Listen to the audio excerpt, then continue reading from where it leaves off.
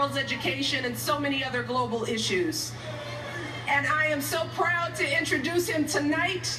Ladies and gentlemen, join me in welcoming the one and only Bono.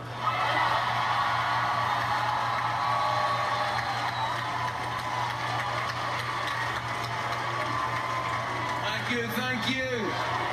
First Lady, what a First Lady. Thank you, Michelle, it's very kind. You make me think of a lyric. She's got both feet on the ground and she's burning it down. She's got her head in the clouds and she won't back down. This girl is on fire. What a First Lady. And what a crowd. You're on fire. How you doing out there? How you doing out there in Central Park? Be careful, it can be dangerous out there, believe me, I know what I'm talking about. I was 19 when I started working for Nelson Mandela in the fight against apartheid in South Africa. It looked impossible, but Mandela used to say, it is always impossible until it is done. 10 years ago, AIDS drugs were just for the rich. Trying to get them to the poor, they said it was impossible. It was just, I think, 100,000 people on those drugs in the developing world. But I'm proud to tell you, 15 million people you will not likely meet, you are paying for their AIDS drugs. People said it was impossible. It is impossible until it is done. That's right. Around here, governments have to do what you tell them if there's enough of you. It is always impossible until it is done. All right, so to these global goals, to end poverty, inequality, and fix climate change.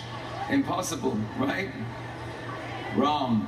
It is always impossible until it is done. Say it. It is always impossible until it is done. Say it. Always impossible.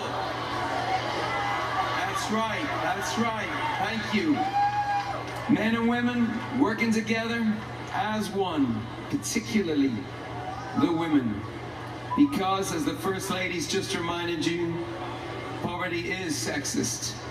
And none of these goals are possible without goal number 5, the rights of women and children and girls to go to school, to own a farm, to own a home, to walk the streets safe from harm, to get connected, to get respected, to pursue a vision and not be suspected, to start a business, to self-esteem, to wake up in your own dream. Now, I want to introduce you to 5 women.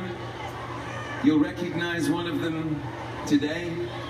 I bet you'll recognize all of them tomorrow. They're here to tell you that every child, every boy, and every girl deserves an education. Don't tell them it's impossible. They're here to show you how they're going to get it done. Will you welcome, please, 5 extraordinary women. The new boss.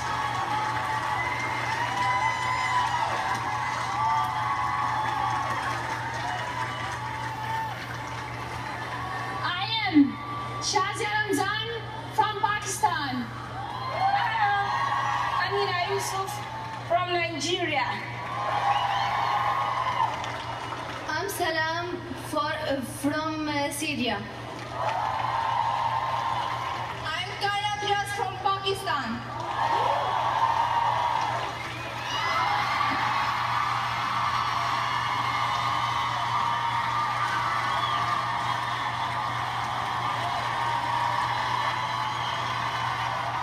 Thank you.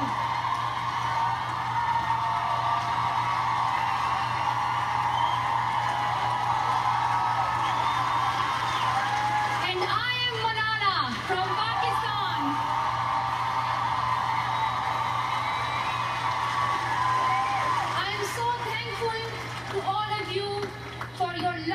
For your support, but I'm here standing with 4 young girls for a cause, for a mission, for a basic human right, the right to go to school, the right to get an education, which every child deserves, which is the right of every child.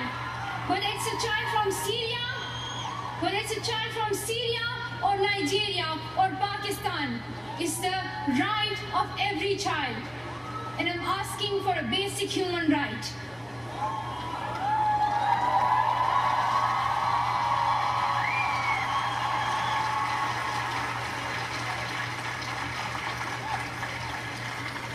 I have a very small kind of dream, that is to see the world a happier place, a place where every child can have the right to go to school, where every child and every person has the freedom to live a happy life, to live a peaceful life, to live in safety.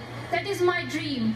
And I have this dream because there are millions of people, millions of children who do not have these rights right now.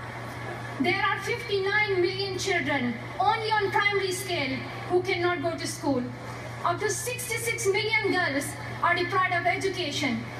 And that forces me, that forces all 5 of us to ask here today that no world leader would want their children to be deprived of education. So why to ignore the rest of the world's children? Why to ignore the rest of the world's children?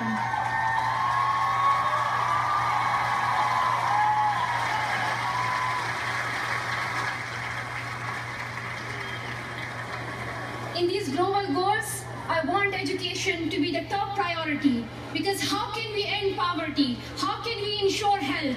How can we make sure that there is equality in society and there is prosperity in society when we deny the right to education? So education should be the top priority of our world leaders, and I'm hopeful that they will look to the future and they will invest in this field. It's not that there is lack of money in this world. It's not that there is lack of money. We have billions and trillions of dollars, but where the money goes is military, is things that are useless and that are not useful to society.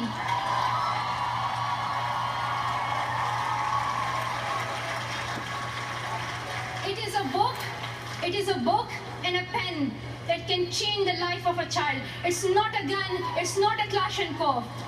A gun, it was a gun that hit me on the left side of my forehead. It was a gun that hit my 2 friends. But it wasn't a pen. But it is a pen who really helped us to go forward in our life. Education really means a lot to me and to the world's children.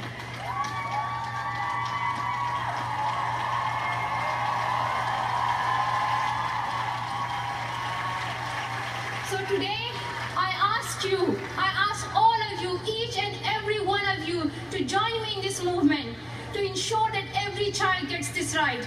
Not just primary education, but secondary, full, complete 12 years of education for every child, every girl, all around the world. No child should be neglected. They are the future. They are the future. Future should not be neglected.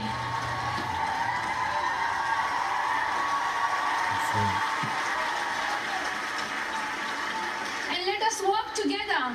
Let us work together, join this movement to make this world not just a better, but the best place to live, where education is given to every child. Education is hope, education is peace, education is a basic human right. Will you stand with me? Will you stand with me? Will you stand with Amina? Will you stand with Salam? Will you stand with Kainat? Will you stand with Shazia? Will you stand with those 66 million girls who are deprived of education right now? Will you stand with all of us who hope for a better future, who hope for a best future? Will you stand with us? Thank you so much to all of you, and I'm hopeful that change will come. Change will come, but change does not come itself. It It's we, it's you, it's all of us who work together and bring that change. So let's be that change and make sure that this world gives the basic human right to every child, which is education. Thank you so much. That was Malala.